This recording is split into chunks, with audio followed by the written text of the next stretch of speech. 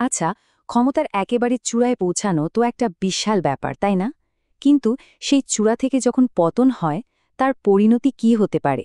ক্ষমতা ধরে রাখা বা হারানোর দাম যে ঠিক কতটা চরম হতে পারে, তা অনেক সময় আমাদের কল্পনাকেও ছাড়িয়ে যায়। চলুন আজ বিশ্বের এমন কয়েকজন রাষ্ট্রপ্রধানের কথা জেনে নেওয়া যাক, যাদেরকে ক্ষমতার জন্য সবচেয়ে বড় মূল্যটা চোকাতে হয়েছিল। প্রশ্নটা শুনলে একটু অস্বস্তি হতে পারে, কিন্তু এটা বেশ গুরুত্বপূর্ণ। ক্ষমতা থেকে সরে যাওয়ার পর একজন নেতার শেষটা ঠিক কী রকম হয়? তাদেরকে কি নির্বাসনে পাঠানো হয়, নাকি জেলে, নাকি এর থেকেও ভয়ঙ্কর কিছু অপেক্ষা করে? হ্যাঁ, শুনতে হয়তো কঠিন লাগছে, কিন্তু এটাই সত্যি। ইতিহাস যদি দেখি তাহলে এমন অনেক নেতার কথা জানা যায় যাদের রাজনৈতিক জীবনের পর্দা নেমেছে ফাঁসির মঞ্চে কিংবা ফায়ারিং স্কোয়াডের সামনে। চলুন ইতিহাসের পাতা থেকে এমনই কিছু ঘটনা দেখে আসি। আমরা আমাদের আলোচনা শুরু করছি সেই সব নেতাদের দিয়ে যাদের ভাগ্য লেখা হয়েছিল একটা বিশ্বযুদ্ধের পর। দেখুন, যখন একটা বড়সড় যুদ্ধ শেষ হয় তখন জয়ী শক্তিগুলো পরাজিতদের বিচার করে, আর সেই বিচারের ফল কিন্তু মারাত্মক হতে পারে। আমাদের প্রথম দুটো উদাহরণ আসছে দ্বিতীয় বিশ্বযুদ্ধের দুই একেবারে ভিন্ন প্রান্ত থেকে। একজন জাপানের হিদেকি তোজো আর একজন রোমানিয়ার আয়ন আন্তোনেস্কো। দুজনের বিরুদ্ধেই অভিযোগ ছিল যুদ্ধাপরাধের, আর রায়ও ছিল মৃত্যুদণ্ড। প্রেক্ষাপট আলাদা, কিন্তু দুজনের শেষ পরিণতি হয়েছিল একই। প্রথমে আসি হিদেকি তোজোর কথায়। তিনি ছিলেন জাপানের যুদ্ধকালীন প্রধানমন্ত্রী ১৯৪১ থেকে ১৯৪৪ সাল পর্যন্ত। কিন্তু যুদ্ধ শেষ হওয়ার পর আন্তর্জাতিক ট্রাইব্যুনালের রায়ে তাকে যুদ্ধাপরাধী হিসেবে দোষী সাব্যস্ত করা হয়, আর ১৯৪৮ সালের ২৩শে ডিসেম্বর তাকে ফাঁসিতে ঝোলানো হয়। ঠিক একই রকম পরিণতি হয়েছিল রোমানিয়ার প্রধানমন্ত্রী আয়ান আন্তোনেস্কোরও। তিনিও অক্ষশক্তির একজন বেশ গুরুত্বপূর্ণ নেতা ছিলেন। যুদ্ধ শেষে তাঁকেও যুদ্ধাপরাধের অভিযোগে বিচারের মুখোমুখি হতে হয়, আর ১৯৪৬ সালের ১ জুন ফায়ারিং স্কোয়াডে তার মৃত্যুদণ্ড কার্যকর করা হয়। সবসময় যে বাইরের শক্তি এসে ক্ষমতা কেড়ে নেয় তা কিন্তু নয়। অনেক সময় পতনটা আসে ভেতর থেকেই। এখন আমরা এমন কিছু নেতাদের কথা জানব যাদের ক্ষমতাচ্যুত করেছিল তাদের নিজেদের দেশেরই সামরিক বাহিনী বা বিপ্লবী জনতা। আর ক্ষমতার এই পালাবদলগুলো ছিল খুবই দ্রুত আর রক্তক্ষয়ী।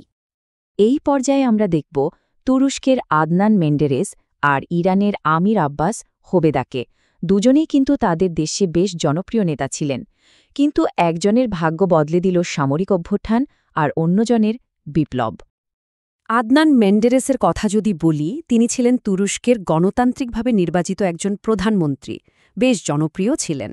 কিন্তু ১৯৬০ সালে হঠাৎ একটা সামরিক অভ্যুত্থান সবকিছু ওলটপালট করে দেয়। তাকে ক্ষমতা থেকে সরানো হয় এবং সংবিধান লঙ্ঘনের অভিযোগে এক সামরিক আদালতে বিচারের পর ১৯৬১ সালের ১৭ই সেপ্টেম্বর ফাঁসি দেয়া হয়। এবার আসি ইরানের কথায়।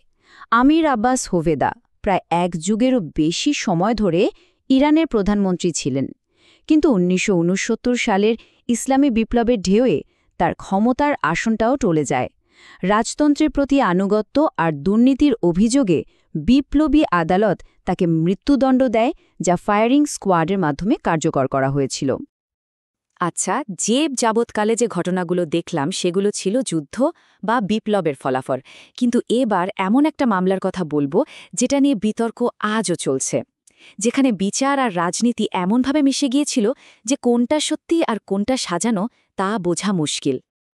আমরা কথা বলছি পাকিস্তানের সাবেক নেতা জুলফিকার আলী ভুট্টোকে নিয়ে। তার বিচার এবং মৃত্যুদণ্ড দক্ষিণ এশিয়ার ইতিহাসে অন্যতম আলোচিত এবং বলা যায় বিতর্কিত একটা অধ্যায়। ভুট্টোর এই মৃত্যুদণ্ডকে অনেকেই সাধারণ বিচার বলে মানতে রাজি নন।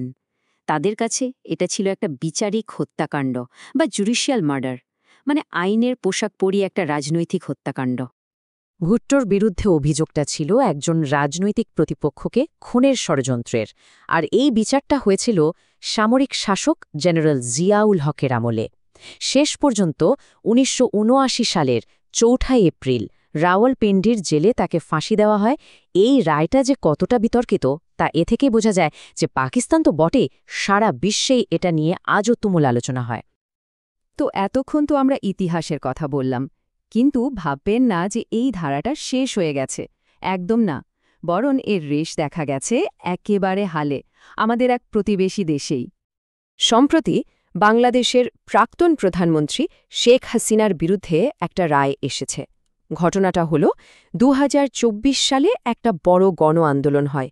সেই সময় সহিংসতার ঘটনায় তার বিরুদ্ধে মানবতাবিরোধী অপরাধের মামলা করা হয়, আর আন্তর্জাতিক অপরাধ ট্রাইব্যুনাল তাকে অনুপস্থিতিতেই মৃত্যুদণ্ডাদেশ দিয়েছে। অবশ্যই তিনি দেশে উপস্থিত না থাকায় এই রায় দেয়া হয়েছে, এবং এটা এখনও কার্যকর হয়নি। কিন্তু এই ঘটনাটা আবারও আমাদের মনে করিয়ে দেয় ক্ষমতার পালাবদলের পর নেতাদের ভবিষ্যৎ কতটা অনিশ্চিত হতে পারে। তবে এখানে একটা জরুরি বিষয় মাথায় রাখতে হবে। আমরা যে এতগুলো নাটকীয় ঘটনার কথা বললাম, এগুলো কিন্তু আসলে ব্যতিক্রম। মানে সব ক্ষমতাচ্যুত নেতার ভাগ্যেই এমনটা ঘটে না। আসলে বিশ্ব নেতাদের জন্য মৃত্যুদণ্ড পাওয়াটা খুবই বিরল একটা ঘটনা। বেশিরভাগই হয় কারাবরণ করেন, নয়তো নির্বাসনে যান, বা হয়তো সাধারণ জীবন কাটান। তাহলে শেষ পর্যন্ত প্রশ্নটা কি দাঁড়ালো? যখন কোনো রাষ্ট্রপ্রধানের বিচার হয়, সেটাকে আমরা কি বলবো? এটা কি আসলেই ন্যায় বিচার, নাকি ক্ষমতা দখলের রাজনীতি, অথবা শুধুই প্রতিশোধ? এর উত্তরটা হয়তো এক একজনের কাছে এক এক রকম, আর সেটা নির্ভর করে ইতিহাস আর পরিস্থিতির উপর।